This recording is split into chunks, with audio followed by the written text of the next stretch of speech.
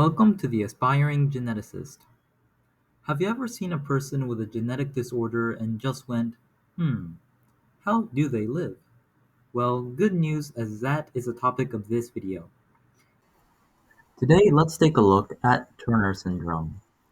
It is one of the most common genetic disorders that only affects women. It occurs in approximately 1 in every 3,000 live female births worldwide and has significant effects on their physical development, especially regarding their ovaries and heart. But this leads me into the question, how different are their adapted life habits to ours and why? By the end of the video, you may be surprised at how applicable their habits can be to fulfilling your own life. But first, I'll briefly introduce Turner syndrome so you can understand the rest of the video and genetics a bit better. In genetics, a chromosome is a structure made of lots and lots of condensed genetic material, which codes for all of our bodily characteristics. Every human contains 23 pairs of chromosomes, with one pair being the one that determines your sex. This pair is made up of the X and Y chromosome, where females have two X chromosomes and males have one X chromosome and one Y chromosome. When an error occurs while trying to form the egg or sperm cell, it can result in Turner syndrome, where females only have one X chromosome. Mosaicism happens when only parts of the second X chromosome are gone, having slightly better symptoms than those with only one X chromosome. With all that done, let's get into it. A quick disclaimer, everyone is unique, they all have their own personal preferences that guide their own lifestyles. This video is just compiling the advice given to them by professionals in the field. Some of the main areas where those with Turner syndrome pay special attention to in order to live healthily are exercise, hormonal health, and learning. Women with Turner syndrome are more at risk of developing heart and blood vessel problems, such as coronary artery disease, so it is critical that they consistently engage in physical activity. But it turns out that exercise can help address a lot of challenges that people with Turner syndrome face. Exercise can also help them reach and maintain a healthy weight, as well as improve coordination and spatial awareness, which are all difficulties for those with Turner syndrome.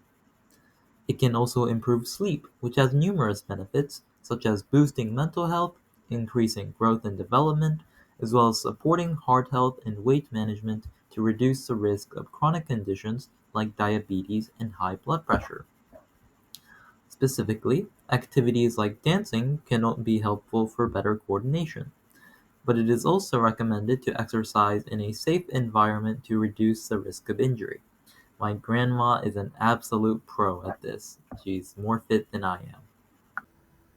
Exercise like jogging can improve bone health, which is great for preventing osteoporosis, weak bones in women with Turner syndrome, as they have a higher risk of it developing. Although exercise can also be done at home to build confidence, as people with Turner syndrome have lower self-esteem on average, participating in group exercises or sports can be a great way for them to socialize and practice social skills.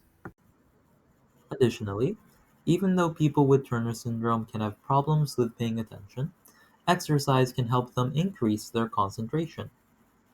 Although very intense activities like weightlifting should generally be avoided, free cardiac alert cards can be provided so they can feel safe while exercising. Healthy diets, sleep, and mental health are all integral parts to the well-being of people with Turner syndrome, but as I have covered such content in my episode on Down syndrome, you can go check it out in the description for more. Women with Turner syndrome commonly undergo hormone replacement therapy (HRT) to account for their decreased or lack of estrogen production.